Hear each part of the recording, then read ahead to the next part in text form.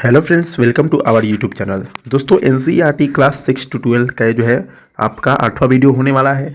अगर आपने अभी तक जो है 7 वीडियो को नहीं देखा है तो जाकर डिस्क्रिप्शन बॉक्स में उसका लिंक है, देख लीजिए, या मैंने प्लेलिस्ट में उसको ऐड करके रख दिया है। ठीक है, ये दोस्तों क्वेश्चन होने वाला है आपके UP police constable, SSC GD, railway के एग्जाम, जितने भी एग्जाम होने वाले हैं, बिहार के जितने भी एग्जाम हैं, सभी के लिए इंपॉर्टेंट है। तो चलिए दोस्तों, वीडियो को स्टार्ट करते हैं बिना लेट किए हुए। देखिए दोस्तों, नंबर 1 हमारा क्वेश्चन है, अस्थायी बंदोबस्त लागू करने का मुख्य उद्देश्य क्या था। जो अस्थायी बंदोबस्त लागू किया गया था उसका मुख्य उद्देश्य क्या था, तो उसका मुख्य उद्देश्य था कंपनी की आय को स्थिर करना। क्या था? कंपनी की आय को स्थिर करना। ऑप्शन नंबर 20 सही उत्तर हो जाएगा। देखिए दोस्तों, ये क्लास 8 चैप्टर नंबर 2 और पेज नंबर जो है 28 का क्वेश्चन है। दोस्तों, इसमें हम लोग जो एनसीईआरटी जो है ना आपके 6ठा से लेकर 12वां तक कवर करेंगे, जिसमें जो है आपके चैप्टर वाइज, क्लास वाइज और पेज नंबर वाइज इसमें कवर करेंगे, क्योंकि वही क्वेश्चन मैं आपको बताऊंगा जो एग्जाम में पूछा गया है या पूछने वाला है। अगला क्वेश्चन, 1793 का अस्थायी बंदोबस्त किस गवर्नर जनरल के समय लागू हुआ था। देखिए, 1793 में एक अस्थायी बंदोबस्त लागू हुआ था, वो किस गवर्नर जनरल के समय लागू हुआ था, तो वो लॉर्ड कॉर्नवालिस के समय लागू हुआ था। कौन? Lord Cornwallis. ऑप्शन नंबर 20 सही उत्तर हो जाएगा। अगले क्वेश्चन की तरफ बढ़ते हैं। अगला क्वेश्चन, 1857 के विद्रोह के बाद भारत का शासन किसके हाथ में गया। देखिए, जो 1857 का विद्रोह था ना, इसके बाद जो है पहले जो है कंपनी के हाथ में शासन था। ठीक है, उसके बाद ये ब्रिटिश क्राउन के हाथों में चला गया। ऑप्शन नंबर क्या हो जाएगा? ऑप्शन नंबर सी सही उत्तर हो जाएगा। अगला क्वेश्चन है, किसी वस्तु का नियत वेग परिवर्तन नहीं कर रहा तो उस पर लगने वाला नेट बल क्या होगा। नियत वेग क्या होगा? परिवर्तन नहीं कर रहा तो उस पर जो है कौन सा बल लगेगा, तो आपका शून्य बल। ठीक है, अगर ये वस्तु मान लो, ये वस्तु यहाँ पे है, यहाँ पे जो है आपका यहाँ तक ही क्या होता है, नहीं जाता है, तो इसमें जो है यहाँ पर हो जाएगा, अगर बल लगाएंगे तभी क्या हो जाएगा, यहाँ तक जाएगा। तो ऑप्शन नंबर क्या हो जाएगा इसका? ऑप्शन नंबर 1 हो जाएगा। ये क्लास 10 का है, चैप्टर नंबर 2 और पेज नंबर 28 का क्वेश्चन है। अगला क्वेश्चन, बंगाल विभाजन के विरोध में कौन सा आंदोलन शुरू हुआ। बंगाल विभाजन जो है, इसमें जो है कौन सा, बंगाल विभाजन 1905 में हुआ था, है ना, रखा गया था इसका नींव। और जो है ये कौन सा आंदोलन शुरू हुआ था, तो स्वदेशी आंदोलन 1906 में ये शुरू हुआ था, स्वदेशी आंदोलन। ऑप्शन नंबर क्या हो जाएगा? सी सही उत्तर हो जाएगा। अगले क्वेश्चन की तरफ बढ़ते हैं। सविनय अवज्ञा आंदोलन की शुरुआत किससे जुड़ी है। सविनय अवज्ञा आंदोलन जो था उसकी शुरुआत किससे जुड़ी है, तो दांडी मार्च से। देखिए, ऑप्शन नंबर क्या हो जाएगा आपका? ऑप्शन नंबर 20 सही उत्तर हो जाएगा। 12 मार्च, दांडी मार्च का हुआ था, तो 12 मार्च आपका जो है 1930 को। ठीक है, 1930 को जो है हुआ था। ऑप्शन नंबर 20 सही उत्तर हो जाएगा। अगले क्वेश्चन की तरफ बढ़ते हैं। माउंट बेटन योजना कब घोषित हुआ। माउंट बेटन जो योजना था कब घोषित हुआ था, तो जून 1947 में। जून 1947 में। ऑप्शन नंबर 20 सही उत्तर हो जाएगा। इसमें जो है माउंट बेटन योजना जो है शुरू हुआ था। स्वतंत्र भारत के प्रथम गवर्नर जनरल भी कौन थे, तो लॉर्ड माउंट बेटन थे। अगला क्वेश्चन आपका 8 नंबर, एंटीबायोटिक किसके खिलाफ कार्य करती है। जो एंटीबायोटिक होती है ना, ये किसके खिलाफ काम करती है, तो बैक्टीरिया, जितने भी बैक्टीरिया होते हैं उसके खिलाफ एंटीबायोटिक काम करती है। ऑप्शन नंबर ए सही उत्तर हो जाएगा। क्लास 11 चैप्टर नंबर 7 और पेज नंबर 185 का। अगले क्वेश्चन की तरफ बढ़ते हैं। स्थायी बंदोबस्त की सबसे बड़ी संरचनात्मक कमजोरी क्या थी। जो स्थायी बंदोबस्त लागू होता है इसकी सबसे बड़ी कमजोरी क्या थी, तो जमींदारों को किसानों की स्थिति सुधारने का कोई प्रोत्साहन नहीं था। जो जमींदार थे इनको कृषि को यानी किसानों का जो है स्थिति सुधारने का कोई प्रोत्साहन नहीं था। ऑप्शन नंबर 20 सही उत्तर हो जाएगा। अगले क्वेश्चन की तरफ बढ़ते हैं। बक्सर के युद्ध में अंग्रेजों के विरुद्ध कौन थे, है ना, बक्सर जो था उसके अंग्रेजों के विरुद्ध में कौन कौन थे, यानी भारत से कौन कौन थे। एक मीर कासिम थे, उसके बाद सुजाउद्दौला, और तीसरा कौन थे, शाह आलम द्वितीय। ठीक है, ऑप्शन नंबर 20 सही उत्तर हो जाएगा। बक्सर का युद्ध 1739 में हुआ था, आपको भी याद होगा। ठीक है, अगले क्वेश्चन की तरफ बढ़ते हैं। नवरोज त्यौहार किस शासक ने प्रारंभ किया। बहुत इंपॉर्टेंट है। जो नवरोज त्यौहार है इसको किसने प्रारंभ किया था, तो अकबर ने। ठीक है, नवरोज त्यौहार जो है अकबर ने क्या किया था, शुरू किया था। ऑप्शन नंबर 20 सही उत्तर हो जाएगा। अगले क्वेश्चन की तरफ बढ़ते हैं। मध्यकाल में व्यापारिक नगरों को क्या कहा जाता था। व्यापारिक जो व्यापार करने वाले नगर होते थे उनको क्या बोला जाता था, तो नगरम। ठीक है, ऑप्शन नंबर क्या हो जाएगा? ऑप्शन नंबर 20 सही उत्तर हो जाएगा। किस काल में, तो मध्यकाल में। अगला क्वेश्चन, डीएनए अनुक्रमण का मुख्य उपयोग क्या है। डीएनए जो अनुक्रमण होता है ना, यानी डीएनए, डीऑक्सीराइबोस न्यूक्लिक अम्ल का, इनका जो है मुख्य क्या होता है उपयोग, तो होता है आपका आनुवंशिकी विश्लेषण। ठीक है, ऑप्शन नंबर क्या हो जाएगा? ए सही उत्तर हो जाएगा। अगले क्वेश्चन की तरफ है। अगला क्वेश्चन, हड़प्पा सभ्यता में वजन मापने की इकाई किस पर आधारित थी। जो हड़प्पा सभ्यता था उसमें जो है वजन मापने की इकाई किस पर आधारित थी, तो दशमलव में। ठीक है, ऑप्शन नंबर क्या हो जाएगा आपका? ऑप्शन नंबर ए आंसर हो जाएगा। ठीक है, हड़प्पा की खुदाई जो है खोज किसने की थी, तो 1921 में जो है किया गया था। किसने की थी, तो दयाराम साहनी ने। भी आप अच्छे से याद रखिएगा। ऑप्शन नंबर ए सही उत्तर हो जाएगा। अगला क्वेश्चन, ताम्रपत्र अभिलेखों का प्रयोग मुख्यतः किस लिए होता था। ठीक है, ताम्रपत्र जो अभिलेख होते थे इनका उपयोग किस लिए होता था, तो दान के लिए। ऑप्शन नंबर क्या हो जाएगा? ऑप्शन नंबर सी सही उत्तर हो जाएगा। ताम्रपत्र अभिलेख का उपयोग दान के लिए किया जाता था। अगला क्वेश्चन, सभा और समिति का उल्लेख किस ग्रंथ में? देखिए बहुत इंपॉर्टेंट क्वेश्चन है ना। ये जो है एक तरह से बोल सकते हैं लूसेंट में भी ये दिया हुआ है और आपका एनसीईआरटी में भी जो है ये दिया हुआ है क्लास 12 में चैप्टर नंबर 3 और पेज नंबर 70 में। तो सभा और समिति का जो है 2 पुत्रियां बताई गई है किसमें? तो ऋग्वेद में। ऑप्शन नंबर ए सही उत्तर हो जाएगा। ठीक है, जो ये ऋग्वेद है ये क्या है? सबसे पुराना भी वेद है, याद रखिएगा। जो ऋग्वेद है आपका क्या है? सबसे पुराना वेद है, याद रखिएगा। और सबसे नया वेद क्या है? नया वेद तो अथर्ववेद है, याद रखिएगा। तो इसका ऑप्शन नंबर ए सही उत्तर हो जाएगा। अगले क्वेश्चन की तरफ बढ़ते हैं। किसी वस्तु पर कार्य करने वाली कुल शक्ति उस वस्तु की कौन सी ऊर्जा के बराबर होती है? जितनी शक्ति होती है किस ऊर्जा के बराबर होती है? तो गतिज ऊर्जा। ठीक है, कार्य करने क्या होता है? गतिज ऊर्जा पर जो है निर्भर करता है। ऑप्शन नंबर बी सही उत्तर हो जाएगा। अगले क्वेश्चन की तरफ बढ़ते हैं। 18 नंबर, भारतीय संविधान में नागरिकता को एकल रखने का मुख्य कारण क्या है? एकल नागरिकता जो है रखने का मेन कारण क्या है? मुख्य कारण तो राष्ट्रीय एकता और अखंडता। राष्ट्रीय एकता जो है बना रहेगा, यानी एक धर्म हो जाएगा आपका, तो एकता भी बना रहेगा, अखंडता भी बना रहेगा, यानी इसमें बोल सकते हैं कि ऑप्शन नंबर सी सही उत्तर हो जाएगा। अगले क्वेश्चन की तरफ बढ़ते हैं। अगला क्वेश्चन, भारतीय राज्यों का संघ है, यह कथन किस उद्देश्य से रखा गया? राज्यों का संघ यानी फेडरेशन ऑफ स्टेट, है ना, किस उद्देश्य से रखा गया? तो संघ से पृथक होने के अधिकार को नकारने हेतु, यानी संघ से जो है भारत कभी पृथक नहीं हो सकता, अलग नहीं हो सकता, इसको जो है खत्म करने के लिए। ऑप्शन नंबर बी सही उत्तर। अगले क्वेश्चन की तरफ बढ़ते हैं। भारतीय संघ में राज्यों की सीमाओं में परिवर्तन किसकी सम्मति के बिना भी संभव है? यानी जो है किसी भी राज्य है उसकी सीमा में हम लोग कब परिवर्तन कर सकते हैं? चाहे कोई इसमें जो है मंजूरी दे या नहीं दे, तो सांसद। ठीक है, ऑप्शन नंबर क्या हो जाएगा? ऑप्शन नंबर सी सही उत्तर हो जाएगा। अगले क्वेश्चन की तरफ बढ़ता है। जो है आपका क्वेश्चन नंबर है 21।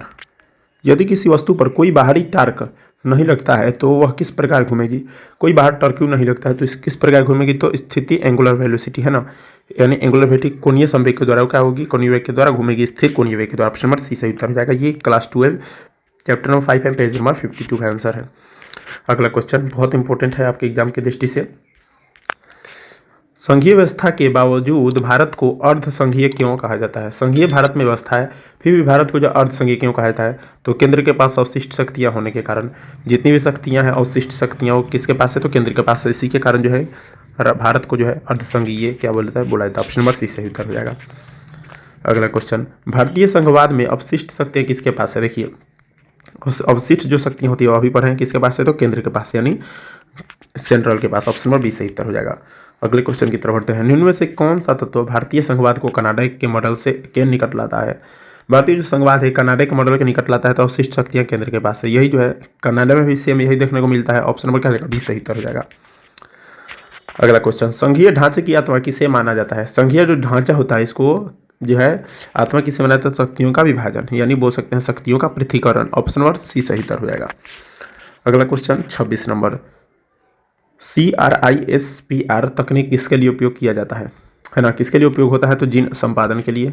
ऑप्शन नंबर ए सही उत्तर हो जाएगा। अगला क्वेश्चन की तरफ बढ़ते हैं। भारत में संघीय ढांचा किस परिस्थिति में एकात्मक में परिवर्तित हो जाता है? किस परिस्थिति में जो संघीय ढांचा होता है वो एकात्मक में परिवर्तित हो जाता है ना?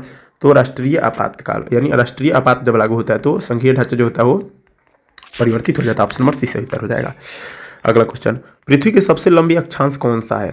सबसे लंबा जो है अक्षांश कौन सा है? तो भूमध्य रेखा, है ना, यानी ऑप्शन नंबर क्या हो जाएगा आपका? ऑप्शन नंबर सी सही हो जाएगा। भूमध्य रेखा सबसे लंबा जो है अक्षांश है। अगला क्वेश्चन, 1 डिग्री देशांतर पार करने में पृथ्वी का कितना समय लगता है? देखिए 1 डिग्री जो होता है वो किसके बराबर होता है? याद रखिएगा 1 डिग्री जो होता है ये आपका जो है बराबर होता है 4 जो है मिनट के। ठीक है, 1 डिग्री जो होता है 4 मिनट के बराबर होता है। तो ऑप्शन नंबर सी सही उत्तर हो जाएगा। अगले क्वेश्चन की तरफ बढ़ते हैं। मानसूनी जलवायु मुख्यतः किस क्षेत्र में पाई जाती है? जो मानसूनी जलवायु होती है किस क्षेत्र में पाई जाती है? तो ये आपके दक्षिणी एशिया में पाई जाती है। ऑप्शन नंबर बी सही उत्तर हो जाएगा। अगला क्वेश्चन, टुंड्रा प्रदेश में मुख्यतः वनस्पति क्या है? मुख्य वनस्पति जो टुंड्रा प्रदेश होता है उसमें क्या होता है? तो काई एवं लाइकेन। काई एवं लाइकेन जो होते हैं टुंड्रा प्रदेश के मुख्य वनस्पति होते हैं। ऑप्शन नंबर सी सही उत्तर हो जाएगा। अगले क्वेश्चन की तरफ बढ़ते हैं। अगला क्वेश्चन हमारा, सहारा मरुस्थल किस महाद्वीप में स्थित है? सहारा जो मरुस्थल है किस महाद्वीप में है? तो ये अफ्रीका महाद्वीप में है। ठीक है, ऑप्शन नंबर क्या हो जाएगा? ऑप्शन नंबर सी सही उत्तर हो जाएगा। अगले क्वेश्चन की तरफ बढ़ते हैं। सोडा जिसको हम लोग NaCO3 बोलते हैं उत्पादन किस प्रक्रिया से होता है? किस विधि के द्वारा बनता है? तो ये होता है आपके सॉल्वे विधि द्वारा। ठीक है, सॉल्वे विधि द्वारा, उसको हिंदी में ऐसे लिखते हैं सॉल्वे विधि के द्वारा क्या करते हैं? सोडा को बनाते हैं। ऑप्शन नंबर क्या हो जाएगा? ए सही उत्तर हो जाएगा। अगले क्वेश्चन की तरफ बढ़ते हैं। 34 नंबर, निम्न में से कौन सा गैर नवीकरणीय संसाधन है? कौन सा गैर नवीकरणीय संसाधन है ना? तो देख लेते हैं यहाँ पे इसका आंसर क्या होने वाला है। तो गैर नवीकरणीय जो है संसाधन है वो आपका कोयला है। ठीक है, कोयला जो है आपका गैर नवीकरणीय संसाधन है। ऑप्शन नंबर सी सही उत्तर हो जाएगा। अगले क्वेश्चन की तरफ बढ़ते हैं। हिमालय का निर्माण किस प्लेट के टकराव से हुआ? देखिए हिमालय जो है इसका निर्माण यानी किस प्लेट के टकराव से बना है? तो इंडो ऑस्ट्रेलियन और यूरेशियन प्लेट के टकराव से जो है ये हिमालय का निर्माण हुआ। ऑप्शन नंबर 20 सही उत्तर हो जाएगा। अगला क्वेश्चन, भारत के उत्तरी मैदान किस तंत्र से बने हैं? उत्तरी जो मैदान है वो किस तंत्र से बने हैं? तो सिंधु, गंगा और ब्रह्मपुत्र। ऑप्शन नंबर सी सही उत्तर हो जाएगा। अगला क्वेश्चन, ऋण निवेश का जोखिम क्या होता है? ऋण निवेश जो होता है इसका जोखिम क्या होता है? तो ब्याज का भुगतान न होना, है ना। ब्याज का भुगतान नहीं होगा तो ऋण निवेश का जो है जोखिम होगा। ऑप्शन नंबर ए सही उत्तर हो जाएगा। अगला क्वेश्चन, ग्रामीण विकास योजना किसके तहत आती है? ग्रामीण जो विकास योजना होती है किसके तहत आती है? तो पंचायत राज और केंद्र तीनों के तहत आता है। ठीक है, ऑप्शन नंबर क्या हो जाएगा? ए हो जाएगा, यानी ग्राम विकास योजना पंचायत राज और केंद्र तीनों के तहत आता है। अगला क्वेश्चन, किसी पूर्ण लूप तार में विद्युत धारा प्रवाहित होने पर उत्पन्न चुंबकीय क्षेत्र किसके चारों ओर होता है ना। पूर्ण लूप तार में जो है चुंबकीय क्षेत्र जो उत्पन्न होगा किसके चारों ओर? तारों के चारों ओर। ठीक है, ऑप्शन नंबर बी सही उत्तर हो जाएगा। अगले क्वेश्चन की तरफ बढ़ते हैं। प्राकृतिक संसाधनों का संरक्षण क्यों आवश्यक है? प्राकृतिक संसाधनों को हम लोगों को क्यों जो है देखरेख करना चाहिए? तो भविष्य के लिए सुरक्षा। ठीक है, भविष्य की सुरक्षा के लिए प्राकृतिक संसाधनों का संरक्षण जरूरी है। ऑप्शन नंबर ए सही उत्तर हो जाएगा। अगला क्वेश्चन हमारा, विकास और पर्यावरण संतुलन क्यों आवश्यक है? विकास जो होता है और पर्यावरण का जो संतुलन क्यों आवश्यक है? तो आर्थिक और पर्यावरणीय स्थिरता के लिए। अगर आर्थिक और पर्यावरणीय स्थिरता नहीं हो तो विकास और पर्यावरण जो है असंतुलित हो जाएगा। ऑप्शन नंबर ए सही उत्तर हो जाएगा। नेक्स्ट क्वेश्चन आपका 42 नंबर, जेनेटिक इंजीनियरिंग का मुख्य उद्देश्य क्या है? जो जेनेटिक इंजीनियरिंग होता है उसका मुख्य उद्देश्य क्या होता है? तो रोग निवारण। ऑप्शन नंबर ए सही उत्तर हो जाएगा। अगले क्वेश्चन की तरफ बढ़ते हैं। पारिस्थितिकी तंत्र में ऊर्जा किससे शुरू होती है? जो पारिस्थितिकी तंत्र होते हैं ये इसमें जो है ऊर्जा किससे शुरू होती है? तो उत्पादक यानी प्रोड्यूसर से। ऑप्शन नंबर जो है बी सही हो जाएगा, है ना। उत्पादक कौन जाएगा? तो हिरन। ठीक है, हिरन जो है आपका उत्पादक हो जाएगा। Option number B. अगला क्वेश्चन, जीएमओ फसलें किससे प्रभावित होती है? जीएमओ जो फसलें होती है किससे प्रभावित होती है? अनुवांशिकी सुधार से। ऑप्शन नंबर ए सही उत्तर हो जाएगा। अगला क्वेश्चन, पीसीएस स्तर के लिए सबसे महत्वपूर्ण जैव विज्ञान विषय क्या है? पीसीएस स्तर के लिए सबसे महत्वपूर्ण जैव विज्ञान जो है विषय क्या है? तो सेल बायोलॉजी, जेनेटिक्स, ह्यूमन फिज psychology and ecology. Option number A सही उत्तर हो जाएगा। अगले क्वेश्चन की तरफ 46, गति के नियमों में न्यूटन का तीसरा नियम क्या कहता है? जो गति का नियम है वो भी तीसरा न्यूटन का गति नियम क्या कहता है? तो प्रतिक्रिया के लिए समान और विपरीत प्रतिक्रिया होती है। ऑप्शन नंबर ए सही उत्तर हो जाएगा। अगला क्वेश्चन, ली चैटलाइट सिद्धांत क्या बताता है ना? ली चैटलियर सिद्धांत जो है क्या बताता है? तो बदलाव पर संतुलन प्रतिक्रिया बदलता है। ऑप्शन नंबर ए सही उत्तर हो जाएगा। अगले क्वेश्चन की तरफ बढ़ते हैं। विद्युत प्रवाह में इलेक्ट्रॉनों की दिशा क्या है? इलेक्ट्रॉन को जो दिशा क्या होता है विद्युत प्रवाह में? तो ऋण से सकारात्मक की ओर, यानी ऋणात्मक से जो है क्या होते हैं, यानी माइनस जो है किसकी ओर जाते हैं इलेक्ट्रॉन? तो प्लस की ओर जाते हैं। नेक्स्ट क्वेश्चन हमारा 49 नंबर क्वेश्चन, हाइड्रोजन बंधन किसे कहते हैं? हाइड्रोजन जो बंध होता है इसे किसे कहते हैं? तो एच और इलेक्ट्रोनेगेटिव एटम को, हाइड्रोजन और इलेक्ट्रोनेगेटिव एटम को। ऑप्शन नंबर ए सही उत्तर हो जाएगा, है ना। ये जो है दोस्तों कुछ आपका जो है इसमें करंट अफेयर भी ऐड हमने कर दिया है। ऑपरेशन कालनेमी कहाँ शुरू किया गया? ऑपरेशन जो कालनेमी था कहाँ शुरू किया गया था? तो उत्तराखंड में। ऑप्शन नंबर ए सही उत्तर हो जाएगा। अगला क्वेश्चन, हाल ही में गीतांजलि श्री किस पुस्तक के लिए पेन अनुवादक पुरस्कार 2025 नाम किया गया, है ना? तो था आपका रेत समाधि। ऑप्शन नंबर बी सही उत्तर हो जाएगा। नेक्स्ट क्वेश्चन, हाल ही में कहाँ गज मित्र योजना शुरू किया है? गज मित्र योजना कहाँ शुरू किया गया? तो असम में। ऑप्शन नंबर ए सही उत्तर हो जाएगा। अगला क्वेश्चन हमारा, विश्व की पहली पारंपरिक ज्ञान डिजिटल लाइब्रेरी कहाँ शुरू की गई है? ज्ञान डिजिटल लाइब्रेरी कहाँ शुरू की है विश्व की? तो भारत में। ऑप्शन नंबर बी सही उत्तर हो जाएगा। अगला क्वेश्चन, बेल्जियम ग्रैंड प्रिंक्स 2025 का खिताब किसने जीता है? तो ये जीता ऑस्कर पियास्त्री ने। ऑप्शन नंबर सी सही उत्तर हो जाएगा। अगला क्वेश्चन, ज्वाला प्रतिक्रिया किस प्रकार की होती है? ज्वाला जो प्रतिक्रिया होती है वो उत्सर्जन प्रतिक्रिया होती है। ऑप्शन नंबर ए सही उत्तर हो जाएगा, है ना। तो दोस्तों आज के लिए इतना ही क्वेश्चन। दोस्तों वीडियो अच्छा लगा हो तो जरूर से वीडियो को लाइक कर दीजिएगा।